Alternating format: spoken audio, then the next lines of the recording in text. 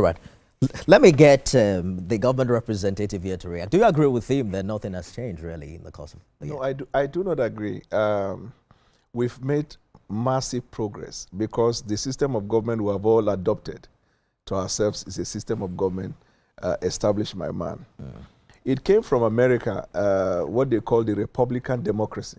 When Benjamin Franklin was asked in 1787, what is the system of government you have adopted? He said, Mrs. Powell asked him, he said, a republic if you can keep it.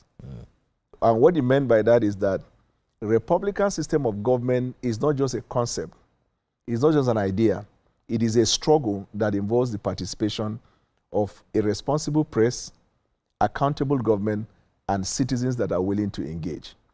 And America thought that they don't know the fragility of democracy until January 20th, and in 2020 or so, when there was this insurrection, after over 200 years of supposed peaceful democracy. When the Speaker of the House of Representatives, the President of the Senate, people were running helter-skelter in America. That is when it dawned that it is a process and therefore it is not perfect. That's an over 200 years old democracy. Democracy. Are you in any way suggesting that Nigeria is doing better democratically than United States of America? Yes. So let me speak to facts and numbers. As we speak tonight, there are National Guards in the streets of America, in the streets of California. There are National Guards heading to New York and then Chicago, United States of America. There is no city in Nigeria today, despite all our insecurity, that you find the armed forces in the streets dealing with humans. One, if you go to Amnesty International website tonight, you will not see any press release about the situation in America. That's why a lot of people say it is a neoliberal organization that oftentimes give its own report that can be seemingly seen as biased. So much hula baloo or hubris about the situation. We as a government, we recognize our onerous responsibility to preserve the lives of the people as well as their properties.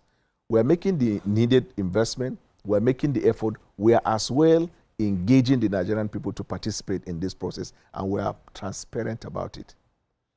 In the midst of this cacophony, we have conducted elections. We're going to conduct elections. And if you look at the number of years we have been since the return of the Fourth Republic, you have seen that we've made progress, whether the administration is that of PDP or APC, in terms of the fundamentals of a Republican democracy. We have made progress so far. There is no interruption. There are weaknesses. There are mistakes, corruption, bad governance. We admit of that. It's all part of the process. I told you about America. They've had over 26 national conflicts since their independence. But it is not reported. That's why we talk about neoliberal something. But we have made up our mind as a government to speak to facts, also report our own peculiarities and our truth. Mr. Sanusi, I feel like you'd like to respond, but I'll allow people to take his turn, and then I'll get back to you. So